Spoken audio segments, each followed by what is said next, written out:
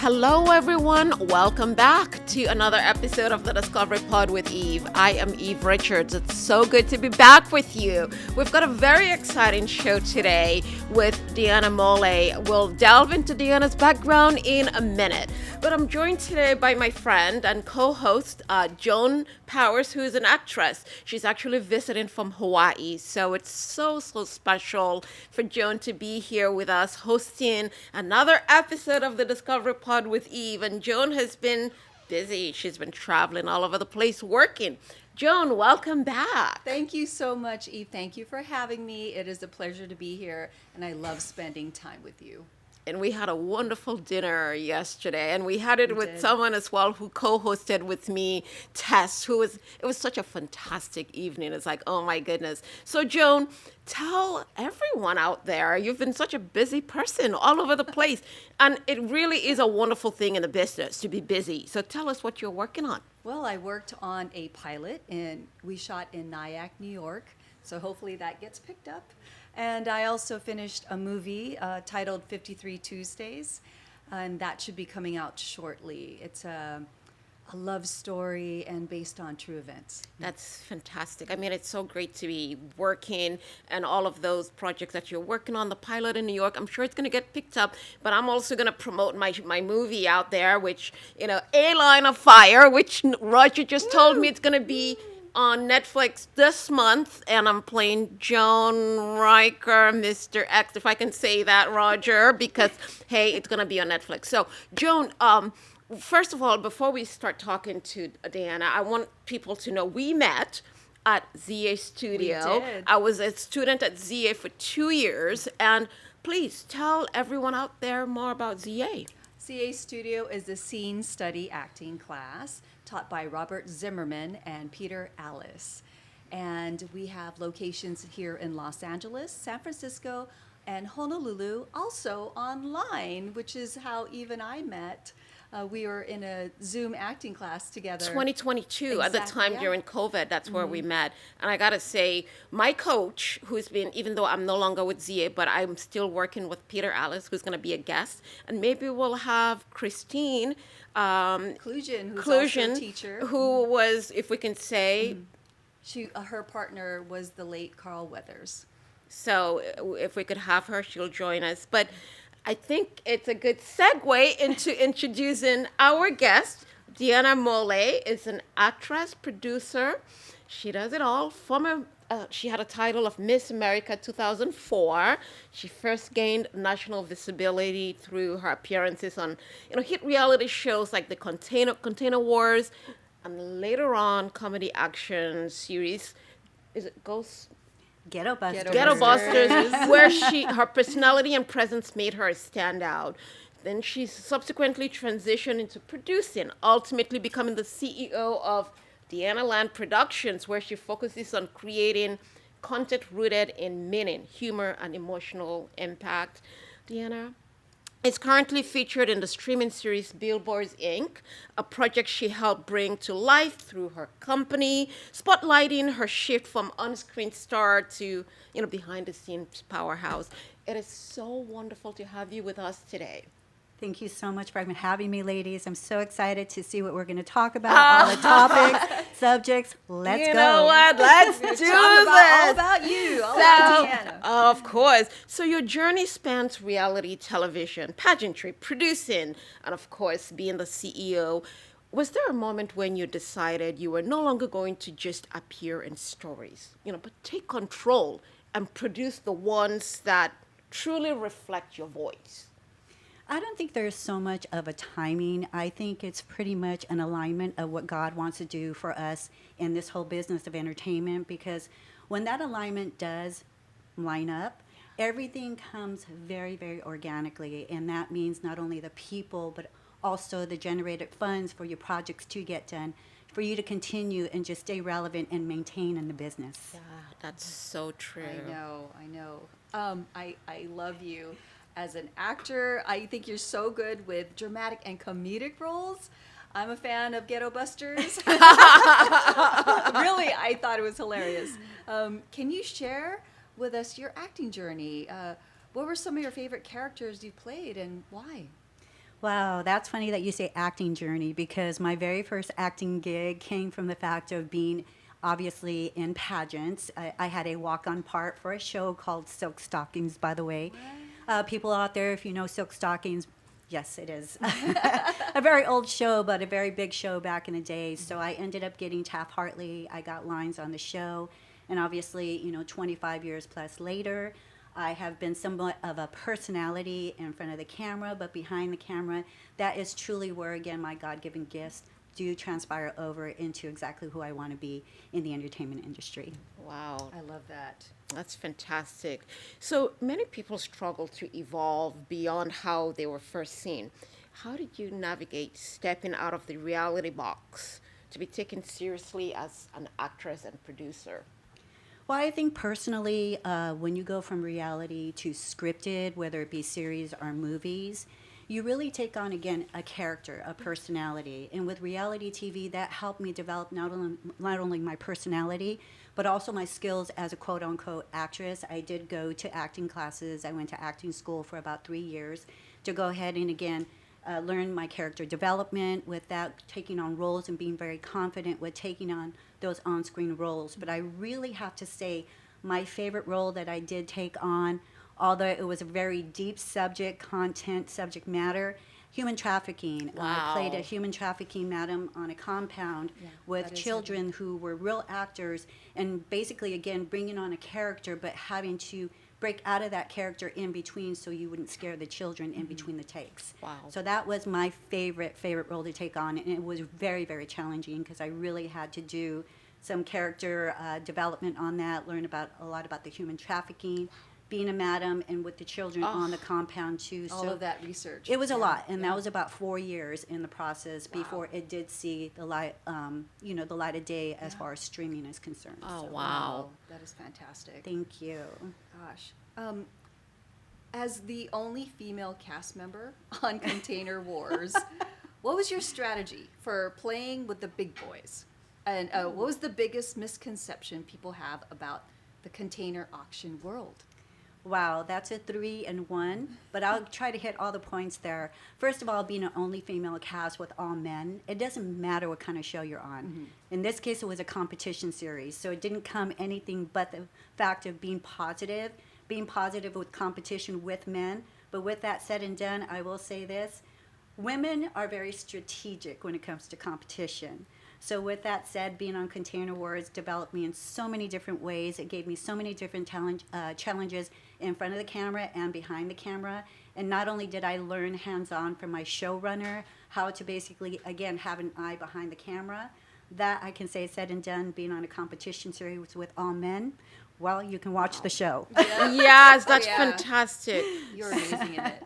So I'm going to switch gears and talk a little bit about, you winning Miss America in 2004. That placed you in a space where appearance, poise, and presence were constantly evaluated. How did pageantry empower who you are today, and how did it challenge you as well? Ooh. Pageantry, again, never came as a challenge. It came as very much so much a compromise with who I am organically. And that is, I really am a tomboy. So dressing up in an evening gown, makeup and everything to put myself out there on a stage to be judged wasn't my favorite, subject when it came to pageantry. Instead, it taught me how to be organic from the inside out. Wonderful. So whenever it came to the interview or the onstage question, that was always my strong point. But as far as a woman, I think pageantry it very much molds everybody and anybody who gets involved. You really find out who you are in competition with women. But when I'm amongst women, I like complimenting. It's a complete opposite of competition. So I think when I used to go into the pageants, they used to name me as the sleeper. They didn't think, oh, Deana, she's not going to be in top 5. But then as soon as 24 hours prior to the competition, they'd see me now bringing my walkout, my evening gown out. They'd be like, okay, this lady's here to compete. So Wow, You know that's what you're doing. fantastic. Yeah. I it is love definitely a it. skill. It definitely is a skill. And no matter what your ethnicity, size, if God has a plan for you in the pageant industry, you will be a winner. Yeah, but looking at you, you don't look like a tomboy. So Believe me, I nothing am. wrong with it. But You have no, an I mean, amazing body. you do. yeah. You don't look like a ladies. tomboy. You ladies are amazing too. You guys are gorgeous. Thank Well, you. thank Thank you. you. Do you think being in pageants helped you prepare for the cutthroat competitions in the reality TV and entrepreneurship? I believe pageants, again, organically developed me and my personality and my space of feeling very comfortable in my own skin. So with that, did it prepare me? Absolutely, because I can show up not feeling like, oh my gosh, my hair is not perfect, my lashes are not perfect, my foundation may be off. But when you sit in a seat and you give people your heart and your soul, right there, that's not competition. It's very much a compliment of who you are, walking around as is, and what you see is what you get. That's so You're that's so real. beautiful. So, how have your personal practices, mental, physical, or even spiritual, help you stay grounded during periods of public pressure or reinvention? Ooh, you just nailed it. Public pressure. Well, being a senior citizen, I don't feel that No. public Wait a minute, pressure what are you anymore. talking about? No, ladies. Take it Being back. over the No, age no, of no. 55 is Not. so No. amazing. You're not a public No one That knows can't how be old you true. are, And but you, That right? can't be So age is just a number. Thank You you. look seriously. Age is a number. I mean, look at women out there. Jane Fonda. We've got so many women that I can name. So you can't even call yourself a. I don't even know what word you use. You know, the senior citizen perks are amazing. I just found out at Ross, you do have a senior day, and you can go in on Tuesdays and get 20% off. So, Oh my goodness, you're funny. I mean, I also love. Ace Hardware. I'll put something out on TikTok. And with your insurance, if you do have insurance, by the way, I'm not going to drop the name of my insurance. I've already name dropped too many times. But I just called in and I asked for my senior discount. Oh, And my guess what? goodness. Now you have to go through the DMV and you have to do this what's called mature driving online, and you get your discount through your insurance. So What? people, there is discounts out there for over 55. But the thing about it is that I love the fact that you're so honest about that. But I think age is just a number, especially It really today. is, yeah. Especially looking at you, I would just strike that out of your vocabulary because there's no way. No you shame in the look- game. I No want those shame in the discounts. game. And I gotta I love that you're embracing it. Yeah, and I gotta have say to. this. I have a relative that I just spoke to Roger about. He died last week unexpectedly. He was 86. He looked like he was 60. And I'm only bringing this up because he never wanted anyone to know how old he was. He hated it because it was all vanity. But he looked fantastic. So again, age is just a number. It really is. Well, like I Yeah. said, you ladies are gorgeous. So Thank you so Thank you. much.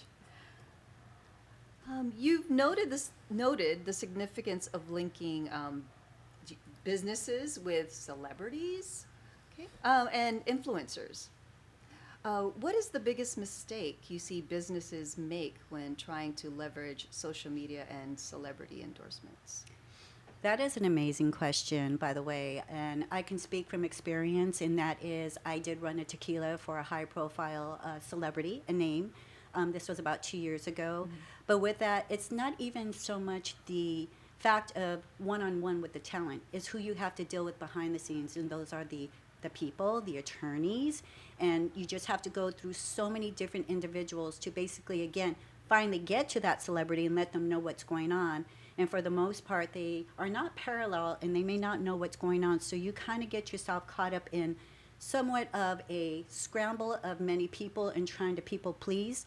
So what I've realized with when I do business with celebrities, I only want one POC, one point of contact. So in that case, again, there's not too many voices in the mix. Oh, Smart. that's so Yeah, smart. definitely. Yeah. So, if you could speak to the version of yourself just entering the industry for the first time, what would you tell her about power, confidence, and self-worth? Just be yourself. That's it. Just be yourself. And either or, people will gravitate to you, or the wrong people will be pulled away from you. Just be yourself, be organic, and for the most part, have that transparency, because as I mentioned, what you see is what you get, and sooner or later, the more time you spend with people, the more you get to know them and they get to know you. Yeah. Yes, so Yeah. true. You run an online store? Wow. Okay. What would you do? For the, You do for it the all. items that you've purchased, can you walk us through your process from winning a container to determining the best resale strategy for the items inside? Again, very much a wide range questions, but if I can go ahead and kind of put that in its own lane, when you win anything out of a container or even at a thrift store, you have to know the value and the worth of items, period. Because a lot of times, I would have to say the most priceless items are items that are vintage, that have that history and story behind it. But I do have to mention my favorite container that I did win on Container Wars would have to have been a vintage car. Oh, And wow. right there again, Wow. that is definitely maximizing your whole fact of being able to win something that has that worth, but you got to have the buyers for it. So that's why, again, opening an online store and having those valuable items that are one of a kind, you definitely have to have that outlet of people who are going to come in and buy those items. Wow, that's fantastic. So, just looking back, was there a moment in your journey when you hit, some sort of an emotional wall or professionally, and, how did you evolve from that? Oh, wow. That's a deep one because I will go deep. I would have to say the time that I felt that shift in my career was the first time I ever felt like I felt that sexual harassment happen. Wow. And little did I know that it happened. And when people came to me afterwards asking me if I was okay, and mind you, it was on behalf of another female. So that's why, again, I was so in denial of it. But then when I saw how I was reacting to it, and again, you fear. You fear because now you know the truth about quite a bit, but at the same time, that violation. Yeah. And that was the part that I felt. And so, needless to say, going back to work was a little rough. But again, it switched my mind frame where, Deanna, this is a job.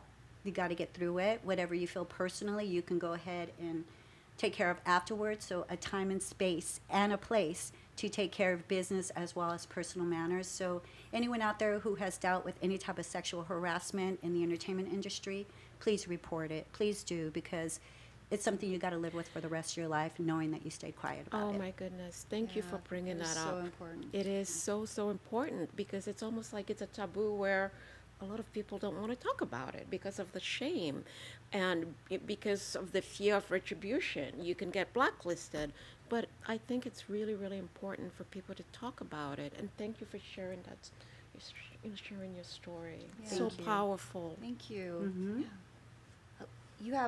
Can you tell us about your nonprofit mentorship program?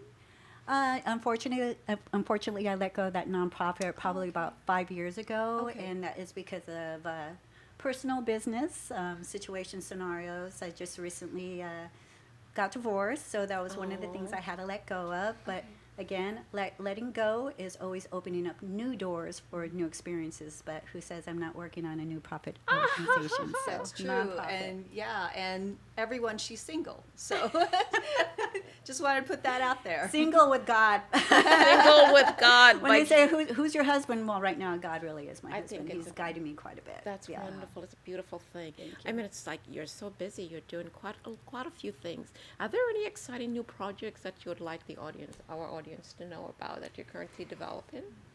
Currently, that I am developing in Deanaland Productions, I can go ahead and talk about that. I'm developing a pilot right now. It's right now the working title is L'Entourage. It's Sex in the City meets Entourage. Oh my gosh, Female that's version fantastic. of Love it. LA-based That's Latino women, fantastic. along with the Love diversity. that. Oh my gosh, that's Yes. fantastic. Love that. Wow. Yeah. Beautiful. Can't wait to see that. So I have a lot of friends who have a lot of amazing backstories, and again, we've all filtered through this whole entertainment business now, and we have our stories. It sounds amazing. Yeah. Yeah. What is your single best piece of motivational advice that you received that drives you to keep competing and creating and inspiring people? I would have to say family. You know, right now I have been living with my family now for about 1.5 years, and engaging with your family and them being supportive of what you do, but them loving you through it, but for the most part, them liking you at the end of the day for what they see you do, because it's not all about just I or me. It's about touching a community of people, actors, directors, producers, writers. So my family being able to see me work from the inside out, that is the greatest gift that I can have in this life. I love that. Did you want to give a shout out to some of your family members? Yes. To my Ash Monster, thank you so much for everything that you do. Mom, thank you for supporting me and still watching me and streaming. And my son-in-law, who is always just my backbone. He's always making sure that they call me Mama Llama. That's Mama Llama, fantastic. making sure Llama's okay. And Aw. that is the most amazing gift that I can receive, is making sure that my family is okay, but they're always checking on me to make sure that I'm okay. Oh my gosh, that's beautiful. I'm That's all the about best. family Me as too. well. And Yeah. I lost my dad about 2 years ago. And the reason I started this was to honor my father's memory. But, you know, in this world, you need family around you to keep you motivated, uplift you. And so it's such a beautiful thing. I talk about family By the all way, your time. dad's with you. And Thank I never you. hold back from my clairvoyancy. By the way, your dad is with you. He's so proud of you. And just want to let you know, try not to worry. Try not to worry. Okay, Don't what sorry, if. I don't want to Gonna make cry. you cry. No, Yeah, no, she's Don't gonna sorry. what start if. tearing. Don't what if. Sorry, Don't what if. It's a very tough. No, I know. Don't Sorry, what if it. He's everyone. watching It's you. a tough thing to talk about. My dad, there's so much pain. And I'm only saying this because I want people to know. People see me out there and they think she's so strong. And we talked about, Yeah. but I'm not as strong because in my house, I get afraid, you know, being in my house alone. The memory, I don't want to remember my dad just because I'm just the way it all happened. But switching gears, sorry guys. As a producer, what is the most powerful shift you've felt when moving from, you know, higher talent to content decision maker? Again, that waves from scripted to non-scripted. So even right now with the non-scripted, where a lot of my peers and people who are actors and actresses, and whether they're E all the way down to X, doesn't matter. They see my follow through. So that is, I start a project, I finish it, I do the P&A on the back end, and keep everybody again in that whole motivation of maintaining exactly what we started. So right there again is, again, that's a gift that I get to continue to be and do, but it's all about giving back to everybody in the community, That's opportunity. fantastic. Oh my gosh, you're amazing. Tell us what you do to stay looking so young and fit. I really want to know. And her abs, right? Yeah, she's got these amazing abs. I don't know, women. I have, like, probably since the last time I even saw Mr. Producer over here, I've gained about 14 pounds. No, But what she's I've no. realized, though, it's all about keeping a childlike heart. I mean, I roller skate. I do a lot of dancing online, and I don't hold back from being that child from the inside, because this is the reason why I have grown up to be who I am, because as a little girl, God put it in my brain, you're going to be an entertainer, you're going to do this, you're going to be in front of people. So why let go of that little girl who danced in the mirror and with the microphone, with the brush and Wow. everything? So all those things I still do. I really do. Sometimes I do it on my TikToks, I'm not going to lie. I have, again, I don't hold back, but just keeping that childlike heart. And again, just not worrying about just being perfect, just loving yourself for who you are, because how can God continue to, you know, mold you and just work on you? If you're perfect, if you're imperfect, he can continue to work. So that's why I want to stay imperfect. So God, keep working on me. That's such great advice. And I think one of the things that I'm always, you know, people may want to know is, did you have anyone in the entertainment industry? How did you get started to be, you know, from pageants and all of that? That would have to be from my dad. My dad at 18 years old, you know, he saw everything that I did. He saw I was a swimmer, basketball player, always, you know, overachiever with all the sports. And then my senior year, when I was actually part of the court for prom queen, my dad's all, well, why don't you go out for Miss Montebello? Don't you like the way that crown fell on your head and the sash and the flowers? And I thought about it. I'm like, okay, Dad, I'll do this for you. And so I ended up winning the pageant. Miss Montebello was my Wow. first pageant. Yeah. So I was happy that I made my dad very happy. And then it became something like a sport. You know, I went out for the next pageant, and before you knew it, I got married. I went out for Mrs. California for the Mrs. America system, and I had a great time. I had a great time meeting all the city officials, you know, all of the rest of the women during the competition as well, too, but just all the perks that came along the way. I never thought I was going to ride in the Roses, Tournament of Roses parade, and I ended up doing that, and just all these different appearances that, again, came along with it, and then obviously came the entertainment part.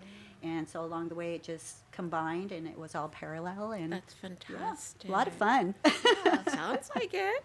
Would you recommend to young listeners or your family members to participate in pageants? Oh, yes, absolutely. With the good guidance of coaches and people who can help you along the way, I would definitely say to all the young women out there, follow your dreams.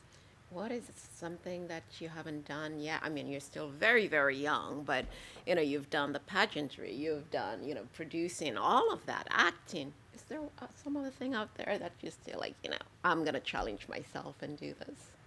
Being single, ladies, is the first time I have ever been single in my adult life. You're going to enjoy being single. Sorry, guys. Sorry, she is enjoying being I've got single a lot right of now. stories right now behind the scenes of that, but, you know, again, just being single and just rightfully, again, just staying on the straight and narrow and not being tempted to do things that I shouldn't be doing. Because, again, if God has done all this for you, why are you going to be sidetracked, or why are you going to be distracted from what His plan is, what He wants for you in your life? But that's, I would have to say, my biggest challenge right now as an adult is being single. How long have you been single? It would be a year and a half. It'll be 2 years in February. I'm counting. You are. No, I'm serious. It's just pretty amazing. But I think, again, like I said, in a different society, different age range, different century, call it whatever you want, you know, future-wise. I know I'm not going to have to go on Tinder or any of those dating apps or anything, because I know God will bring the right man into my life. I I like love that. If you were to look for somebody, what qualities in a person or a partner, in your next partner, would they have to have? I don't have a checklist. I have a prayer list. Love it. I have a prayer list, so God knows my prayers and my manifestations, and I'm just hoping that is exactly what God will go ahead and do, answer my prayers. That's fantastic. Okay. I mean, I am so into that, the intuitively just going with what God brings your way, and I'm sure He's going to bring you a wonderful person because you deserve it. Yes. I mean, it sounds like you worked so hard. So with your production company, you've moved into, you know, you're doing quite a few different things. What has been the biggest lesson you've learned building something from the ground up? Building from the ground up, as far as a business and a production company in Hollywood, that would have to be, again, a foundation of amazing people that not only believe in what you do and creating that space again to go ahead and make money from it, but it's the vision. It's the whole vision. What does everybody have in common with that vision? And right now, the team members that I have that I've been working alongside them, along with me for the last 8 years, and even them coming on board with me with the reality TV Unscripted. They're out of Tennessee, and they are amazing. Both Derek and Patrick, they have quite a few projects in the process, too, and they follow their heart. God has showed them they do faith-based. And, I bring them into my world, and they're like, oh, okay, that's kind of faith-based, but I keep it, again, rated G, PG-13. But relevancy is building the company out with amazing people who share the same vision. That's fantastic. I love it. Yeah. For your pilot that you wrote, it's finished. Are you shooting that? Can you tell us a little bit? I'd love to hear a little bit more about that. Sure. L'Entourage, the pilot, yes, it has been written. We are going into production at the end of December, early January. So right now we are officially in pre-production. We do have a writer on board, and we're just super excited. I'm still looking for an actress to play the comedian part, which is Frankie, and we're looking forward to that because I've already reached out to somebody who I would love to play the part, but we'll see if she responds to the casting. That's so great. So Can't wait to see that. I'm excited. Yeah, I'm excited for you. Thank you. I appreciate that. I do. I might give you a call. Stand by. Okay. So You've lived inside formats, like built for spectacle, but now, you're creating what we just talked about, work built for meaning. How do you define responsible storytelling today? Responsible storytelling definitely comes from experience.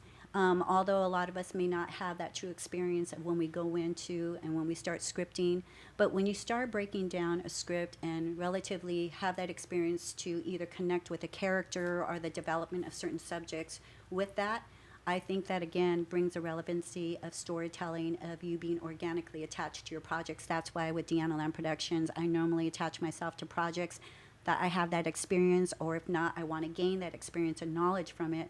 So in that case, I get to be one of the storytellers from behind the scenes, and on top of all that, get to obviously just produce something that is meaningful, but is going to hit and put awareness out there into the community of entertainment. Would you do another reality TV show? Yes. Absolutely. It's a lot of fun. And see, that's another thing that I really have to say out loud. God will put the right projects in front of you where you can't say no, because whether it's a competition type of series that you go on, if I were to go on Big Brother or something like that, or I don't think I would ever do The Golden Bachelor. I'm just saying that out loud because I would not want to fall in love like that. I think now that I want to keep private. I think people actually do that. I mean, it's for more the exposure because it's giving you a national state. To me, I think that's what I think. But I don't know. That's true. If it actually manifests itself into real love and in real life. So I don't know when this episode is going to air. It could air in December. It could air in January. But as we're going into the holiday season, whenever this airs, I know it's supposed to be evergreen. But with Thanksgiving approaching, the holiday season, how do you spend the holidays? I spend the holidays at home with my family. I really do. I do a lot of philanthropy work, and so I love staying locally because I do a lot of stuff for my community. And with that said and done, home is where I am for the holidays. Are you a good cook? Do you like to cook? Do you participate in cooking for the holidays? I do. I make an amazing turkey. I make an amazing mac and cheese. And I make an amazing what's called picadillo, which is it can be anywhere between Colombian, Hispanic, Latin style, but I love making that for the holidays. So it's one of those things like pumpkin pie, you're eating it all week, while picadillo, we're eating all week. Yeah, Roger, this sounds to me like it should be the holiday episode because we're already we're talking about the food. holidays, right, Roger? So this should definitely be a holiday episode because we're all about food and celebration, and it's a wonderful time of the year. And I think the meaning of, as we talked about, earlier, family, that special time of the year, just being with family and just taking a step back and appreciating life and appreciating friends like Joan flying in from Hawaii to do this. I love spending time with Eve. She was there for me when I lost my dad. And I keep saying this because it's important to share. It's not just a show where people, but it's a show to help others as well, dealing with grief. And she was there, she came, and it was just, having someone like her that, it's just organic, it's a great friendship, and we respect one another. Truly. And, it's just special spending time together. And it's so wonderful to meet you, learning about your journey and everything that you've done. It's pretty incredible, not just for women, but for men, to just go out and continue to push themselves. It's so true, so true. And ladies, again, thank you so much for your time. I appreciate both of you, I really do. I'm looking into both your eyes, and both you guys have amazing souls, by the way. Amazing souls. Thank you. So Yes. if we can go back and talk about you being a clairvoyant. Yeah. Because I'm always curious about someone who's got that talent or the gift, not Yes. talent, but gift. Was this something you had when you were so young, or when did you know you had it in you? I would have to say yes, because my brother's nickname for me is Martian. Yeah. So I've always been, I don't want to say different, I've just always had that, just that point of I would be able to look at things from the outside, and all of a sudden you go in and you can feel the energy. and you would wonder why your mood would shift from, room to room or around different crowds of people. So I always, even now as an adult, because I still have my same childhood friends from first grade, you attract people along the way that, again, that are either for the rest of your life or for a season or even for a day. But there's always a reason why. It's always an alignment. It always is a divine appointment. And that's why being here with you ladies, looking at both of you, and again, I don't want to start, what I'm feeling from you, but again, I definitely had to tell you that as far as your dad is concerned. And I'll talk to you a little bit more after we're done, but I'm very open about it. Why? Because it is a gift. I appreciate it because I still struggle with it a lot. You do. I'm still struggling with it a lot, more than I talk about, because I'm out there, I project one image, and we talk about it, and especially with her being here. And then at home, it's a totally different, like when she was here the last time when it had just happened, I had a hard time being in my house. I've always lived alone because I was in a boarding school at age 10, but I'm still struggling. I mean, it's better, and it's such an amazing gift that you have. And one other friend of mine, Carla, who is going to be co-hosting in January, it's funny because she has that as well. And it's funny because there was some guy who was interested in her, in Carla. And Carla was talking to him. She's been single for years as well. She's beautiful. And she said to me, Eve, you know what? I could pick up on his energy. Yeah, it's true. And she was like, Eve, he is such... And she could pick up on him because he was such a liar. You know who I'm talking about, Roger. I'm not going to call the name, but she was, and it's a great gift to have. Oh, it is. It's fantastic. It is, yeah. Wow. It Roger, is. we're still good with time? Is there anything else that you're working on that you want folks to know about, or? There's definitely going to be a second season of Billboards Inc., and we definitely are going to look forward to that because it's going to generate more around the competition of the billboards because, again, billboards are so huge right now. Oh, my gosh, you go amazing. everywhere. You cannot go down a street without looking at a billboard. Right. And it is all about ego. That's why our tagline on the show is ego gets you in and ego takes you out. I love it. Oh, my goodness. I'm seeing Roger right there saying we're down to the last 3-minute mark. Nice. So if you were to have dinner with 3 people, dead or alive, who would it be and why? Well, I'm not so picky about who I have dinner with. So in that case, if I can choose a couple of people to have dinner with, it would be you two ladies. I mean, I would love to get to know both of you so much more. Oh, my gosh. Yes. That is Oh. fantastic. Oh, my goodness, Deana. Thank you for sharing your journey with honesty, strength, incredible perspective. I mean, your story is so impactful, from pageants to reality TV, from being casting people. What an incredible journey. Joan, I mean...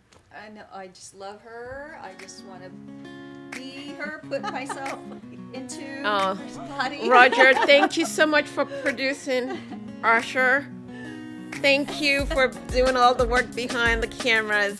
Ladies and gentlemen, thank you for watching this inspiring episode on the Discovery Pod with Eve. You can watch us on YouTube or on all of the major podcast platforms. Joan, what an honor hosting with you, coming from Hawaii. Thank you. much. And we'll be partying later tonight. Yes, we Roger are. Neal back there. Thank you, Roger. Thank you, Roger. Deana, oh my goodness, you are amazing. Looking forward to getting to know you better. Everyone, remember to stop by next week. You never know who is going to stop by. Until then, see you again next Thursday at 12 p.m. Pacific time. Bye, everyone. Bye.